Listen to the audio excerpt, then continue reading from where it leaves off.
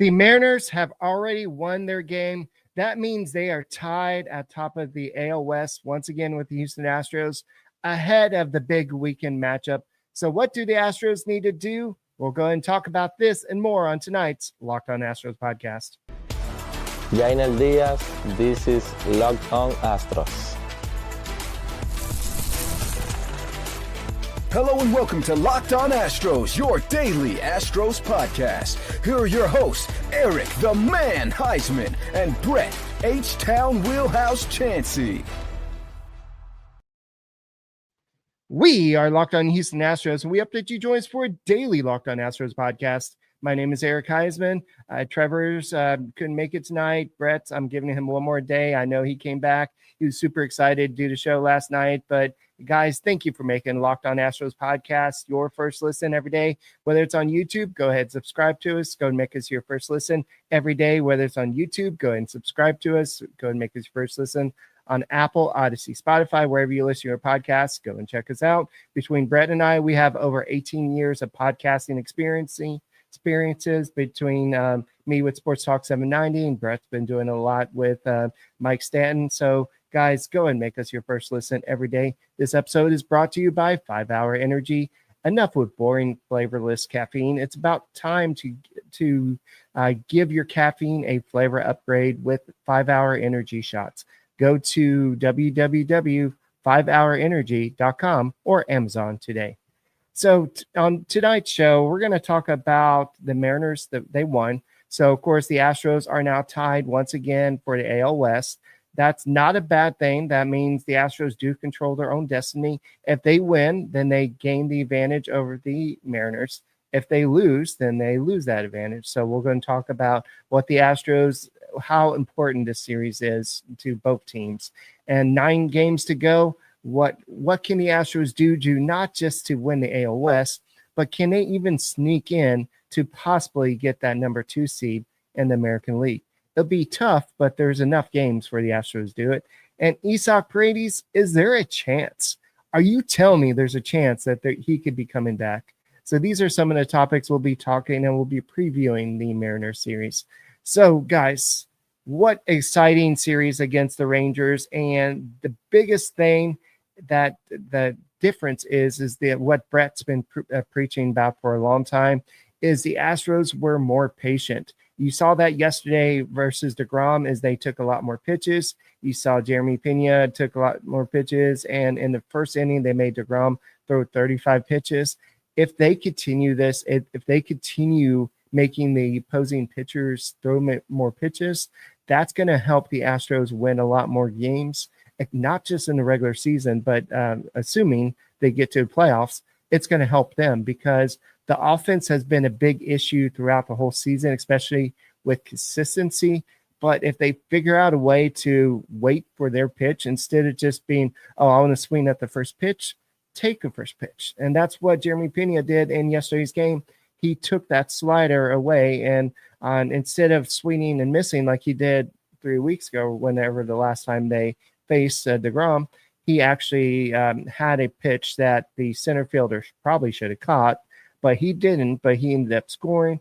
And the Astros are doing something that they also have not been doing recently in the past month or so. They've been scoring runs early in the contest, and the Astros are dead like that. I think there's like 3 teams that the Astros are around and the least amount of runs scored in the first or a couple innings. So what the Astros were doing against the Rangers, if they continue what they're doing against the Mariners, likely you're going to see the Astros win at least 2 of those 3 games.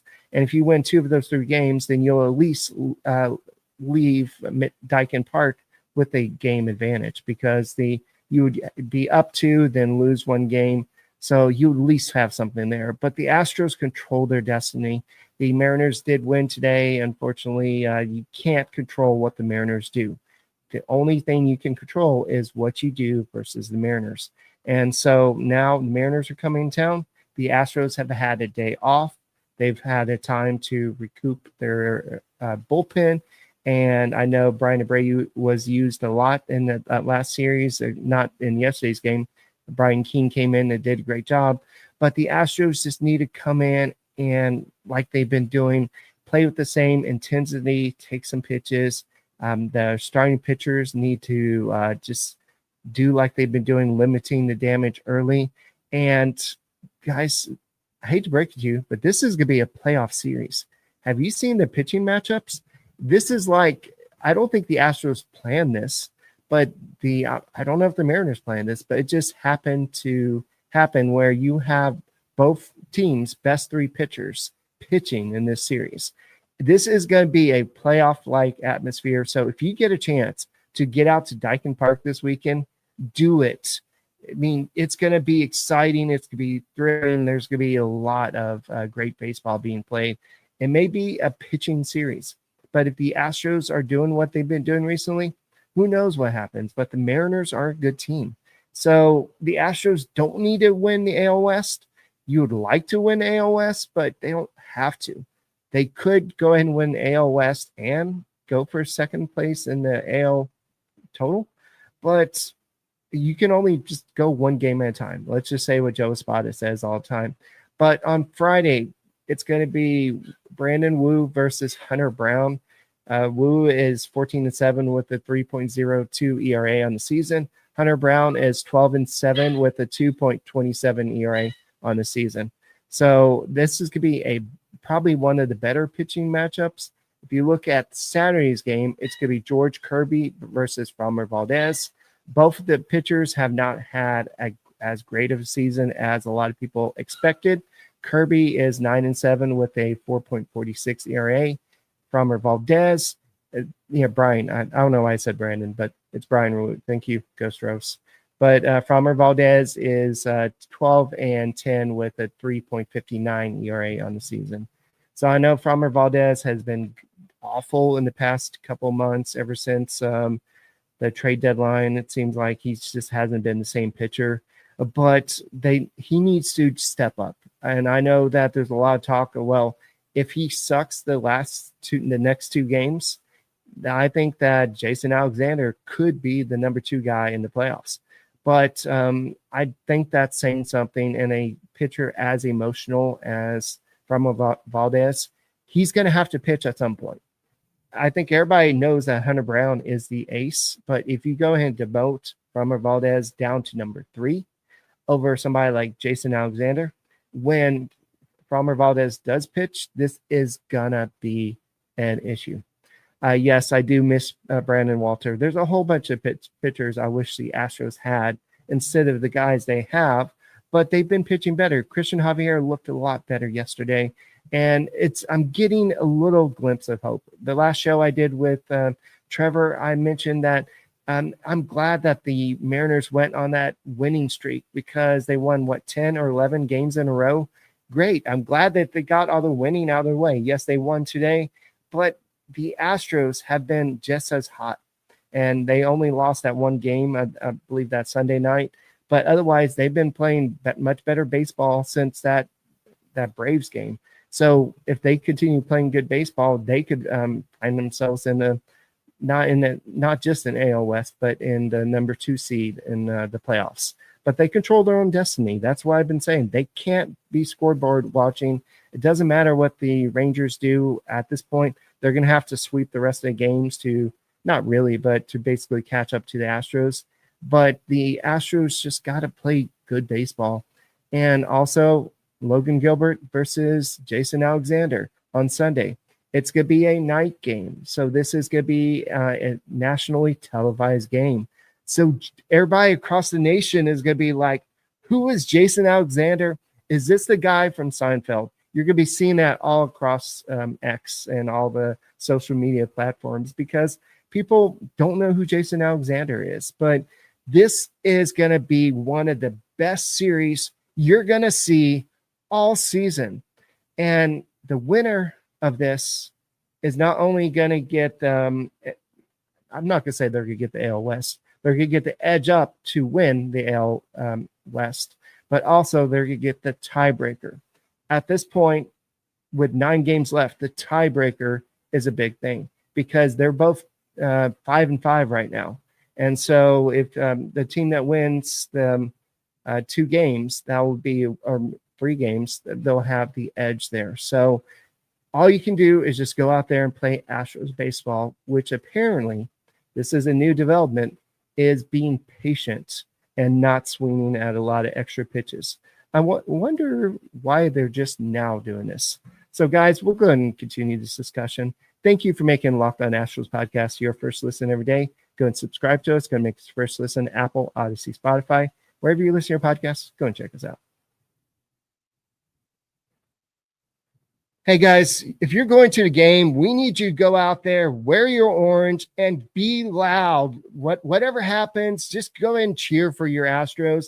If you need some energy, why don't you try Zippix toothpicks? Whether you're looking for nicotine satisfaction or energy boost, Zippix has you covered with their nicotine and caffeine-infused toothpicks. You've seen Brett try it live on air, and so it's a discreet way to satisfy your cravings and the hand-to-mouth habit without vaping or smoking. Zippix can be a helpful tool as you work to reduce your dependence on vaping, and it has 6 great flavors, 2 milligram and 3 milligram nicotine options, and you can also get the energy with the caffeine without the crash. So I know that Brett's been using this. I haven't had a chance to try it yet. But go to zippixtoothpicks.com. Use the code locked on for 10% off your first order. Must be 21 years old to order. Warning, nicotine is an addictive chemical. That's zippixtoothpicks.com. Promo code locked on. Zip more, smoke less with Zippix toothpicks.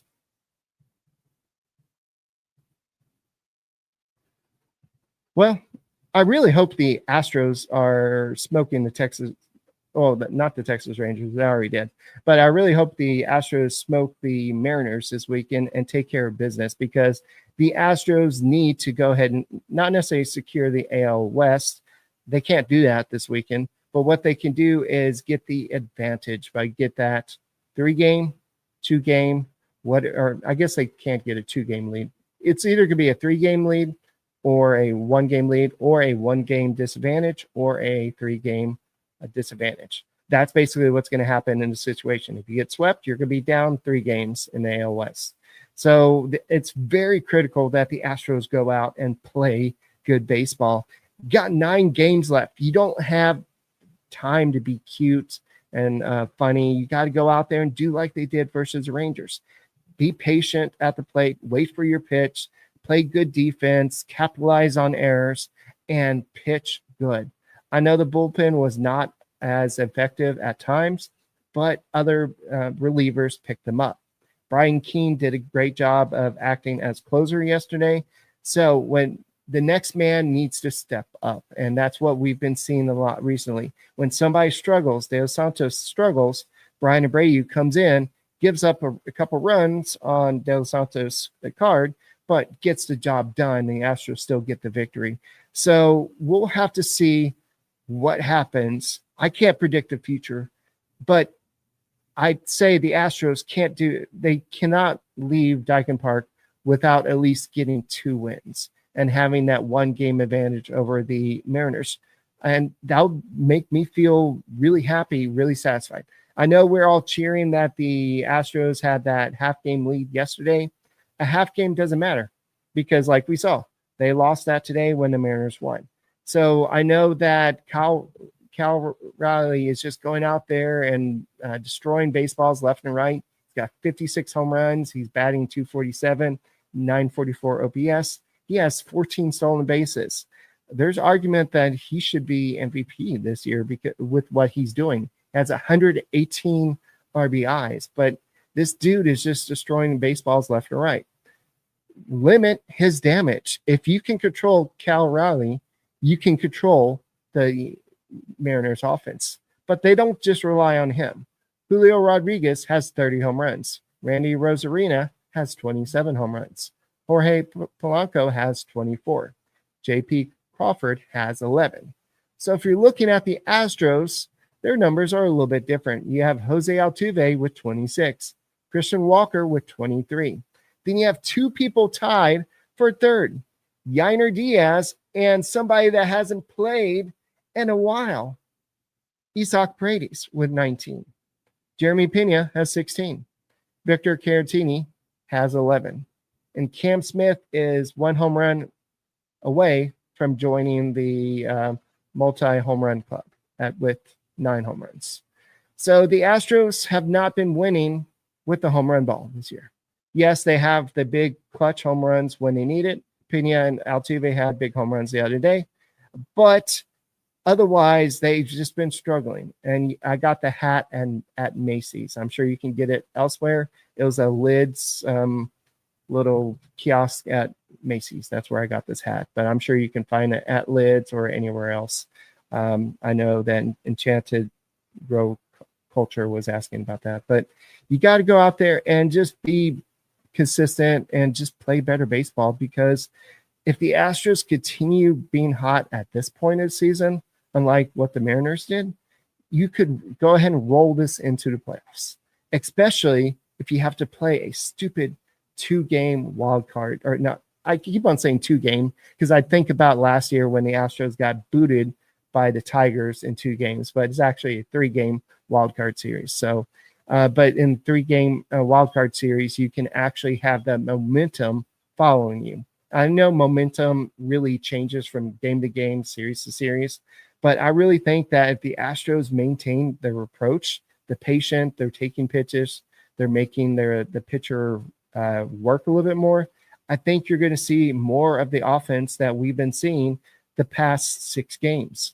versus the offense that we saw the previous 10 to 12 games where they're having trouble scoring and just not doing much. So definitely a lot of situations are going to come up this weekend where you're going to have runners in scoring position. I know that Christian Walker is batting down in the lineup. You have Yainer Diaz batting lower in the lineup. Don't move them up, Joe Espada. I know you're going to be super tempted to move them up, but keep them where they are. The team is rolling. I know that he likes to juggle the lineup a little bit. Just that's fine because the Astros are still winning with him doing that. But keep those guys at the bottom of the lineup. So let's go ahead. Before we look at the pitchers a little bit more, we'll go and look up the matchups a little bit later. Then we'll talk about Isaac Paredes. Let's take a second to look at the standings. So the Blue Jays are 89 and 64. They have technically not clinched the playoffs yet. I think their magic number is getting smaller and smaller, but they've pretty much secured the number 1 seed for the most part. Not mathematically, but I don't think anybody can catch them at this point. The Blue Jays will basically have to lose a whole bunch of games, and they're 7-3 in their last 10 games. So I don't think the Astros are going to be able to catch Blue Jays. They're 5 games behind them. So let's go and look at the 2 seed. Right now, the Tigers were in the 2 seed, but they're 3-7 in their last 10 games. They're on a 3-game losing streak. So the Tigers are now in 3rd place, if you believe it or not. The Yankees have now surpassed them. So the Yankees are technically in the 2 seed, but it doesn't really matter because I don't think you can have the 2nd seed in the same division. So the Tigers are technically still in the 2nd seed. I just thought about that as I've been saying that. So the Tigers are still the 2nd seed because they look at it by divisions. So you are 1 game behind the Tigers right now. So you can totally catch that. Okay, so forget about the Yankees. The Yankees are they're going to be a wild card team, especially if they can't catch up to the thing. So the Guardians are 3.5 games behind the Tigers. Yeah, so the Guardians are on a basically they're 9-1. They're on the 7-game winning streak. So they are only 2.5 games behind the Astros at this point. So nothing's out of the realm of possibility. The Guardians could catch the Astros if they continue winning like they're doing. So, but all the Astros can do is win. They're only 1 game out of the 2 seed because the 2 seed can only be a division winner. It can't be a wild card team. So that's something to keep in mind. So the Yankees technically are the 2 seed, but not really. They're really more of a 3 or 4 seed or something like that. So the division winners would be, so the Astros and the Mariners are technically 3 seeds at this point. So you've got to go ahead and win. And don't worry about what the Yankees are doing. They matter as a maybe you want to try to catch them to have a better wild card slotting, but focus on the Tigers, focus on winning, and just focus on the Mariners, because it would be cool to win another AL West. They've done 5 straight. I believe it was like 6 out of the last 8 or something like that. But the Astros just got to keep the good times rolling, and that's through the AL West, I think. But guys, we'll go ahead and continue this discussion. We'll talk about Isaac Paredes. Is he really coming back? Do you really buy that? We'll go and talk about this and more on the Locked On Astros podcast next.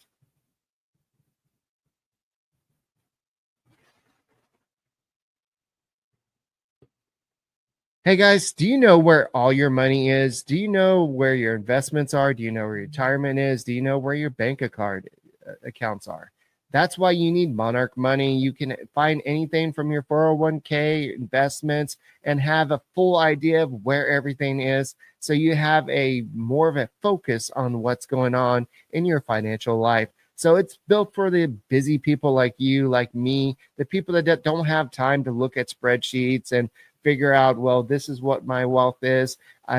Monarch Money will do that for you, and you can link your accounts in minutes, see the data visuals, and get the categorization of what you're spending, and finally feel control of your money without much of a hassle on your part. So go ahead and use the code LOCKEDONMLB at monarchmoney.com in your browser for half off your first year. That's 50% off your first year at monarchmoney.com with the code LOCKEDONMLB. While we're talking about saving money, why don't you try Game Time? Game Time is this great app.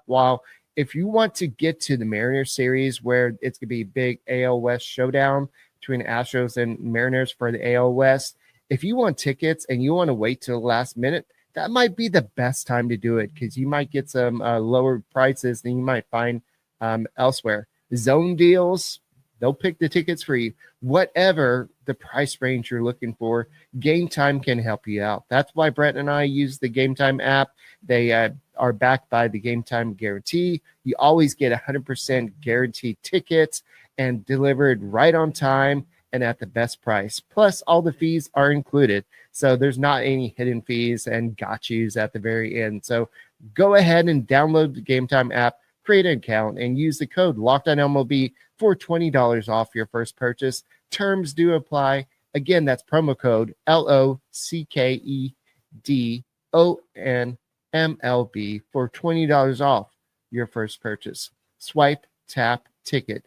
Go download Game Time today.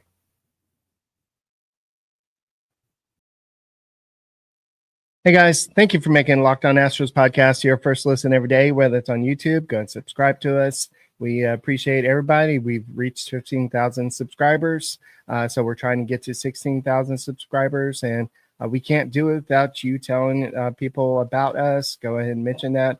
I know I'm working a refinery now, and at one unit the other day, I was doing some sampling, and in the morning, somebody thought they recognized me. Then in the afternoon, they said they were talking about, hey, you're the Astros guy.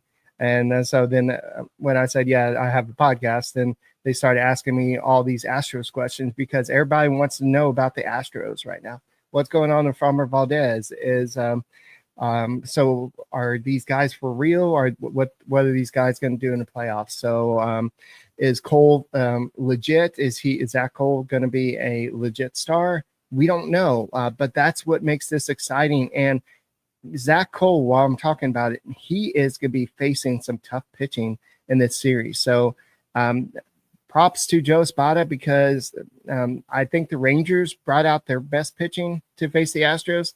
The Mariners are bringing out their best pitching.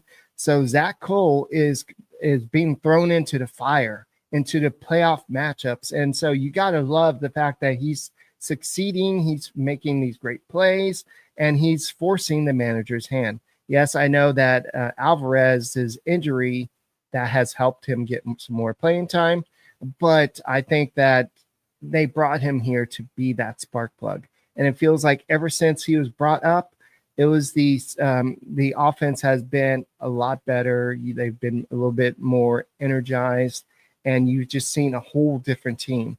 And I keep on saying it, I think it's going to be the Evan Grant experience that the Rangers experienced and that season when they went to win the World Series. If anybody watched that season, I think a few people did. But let's go ahead and talk about Isaac Paredes. Is there a chance that he comes back this weekend? Well, I know that that Dana Brown said, I think we're talking about Paredes coming back this weekend. There's an outside chance. And so I know Brian Taggart was on Sports Talk 790 he said, I think there's a pretty good chance in the next few days we see Paredes in Astros lineup. But he said about Alvarez, it's probably going to be a little bit before we see him in the lineup. He's talking about deeper into the playoffs.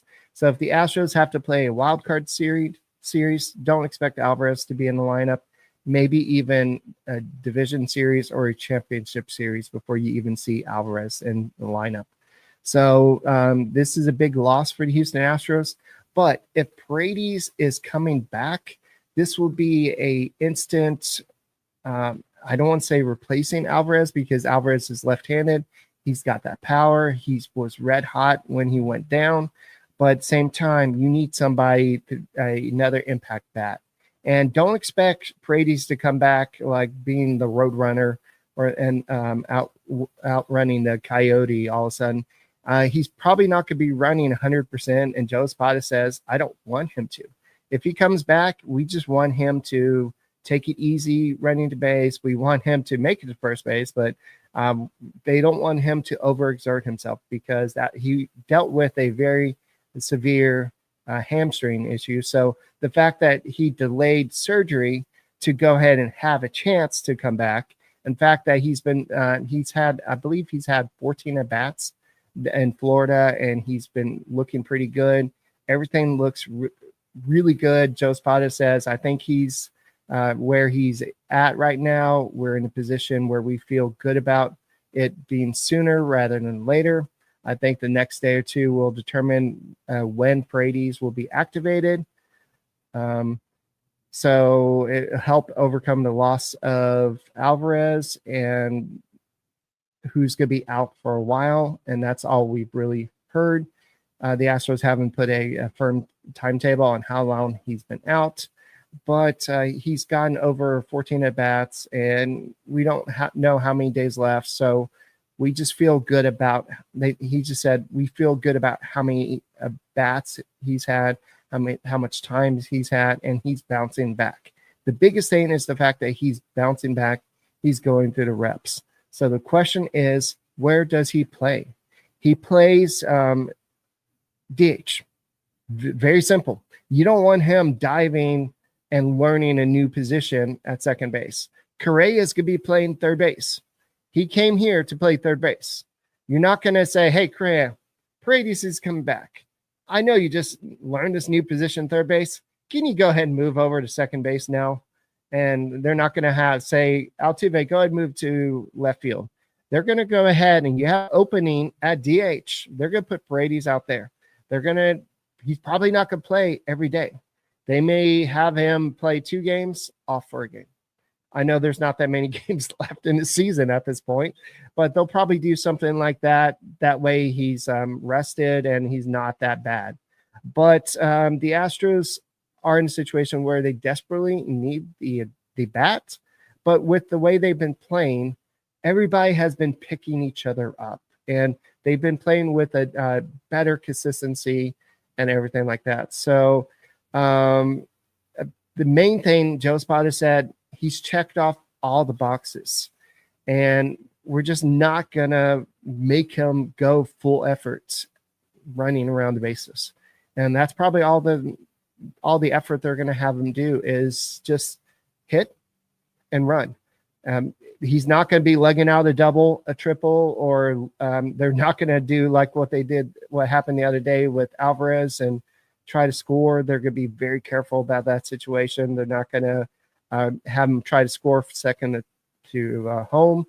But I think if it was a playoff game, it may be a different situation, but in the regular season, they're going to be very cautious with him if he comes back.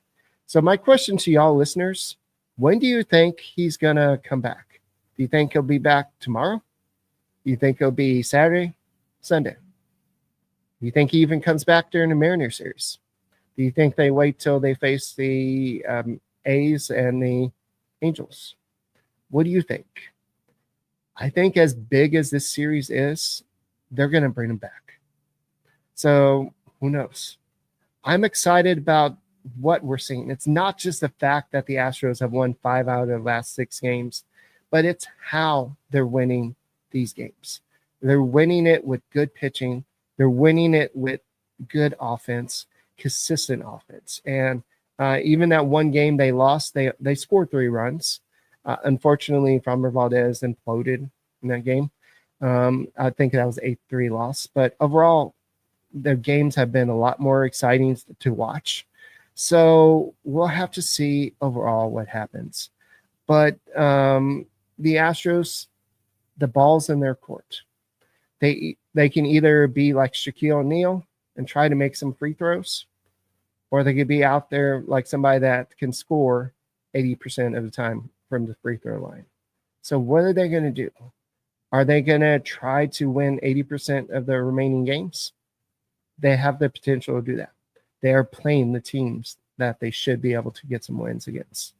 They have their best pitchers on the mound. And yes, I'm still listing Framber Valdez for now in that list. I know he's disappointed for the last, 10 starts, but I'm still going to put that good juju out there because we need him. We need him in the playoffs. The Astros are not going to go deep into the playoffs unless Framber Valdez is good Framber Valdez. And you just got to play good defense around him and hope he doesn't crater. So Brett will be back on Sunday. I know he came back yesterday for one day, but we'll be talking about an Astros victory. I'll be doing some shorts over the weekend about all the good news. If Isak Paredes is coming back, I'll do a short show. But otherwise, guys, let's enjoy this show. Let's enjoy everything. Yeah, let's not hack a shack this weekend. Let's go ahead and take care of business and get the job done because the Astros, they feel like they're inevitable. They're going to get the job done. It was ugly the past 2-3 weeks, but now it looks like they're finally getting their groove on. And maybe it's just at the right time. Guys, thank you for making Locked On Astros podcast your first listen every day, whether it's on YouTube. Go ahead and subscribe to us. Go and make it first listen. Apple, Odyssey, Spotify, wherever you listen to podcasts, go and check us out. We'll be back on Sunday, and go Astros.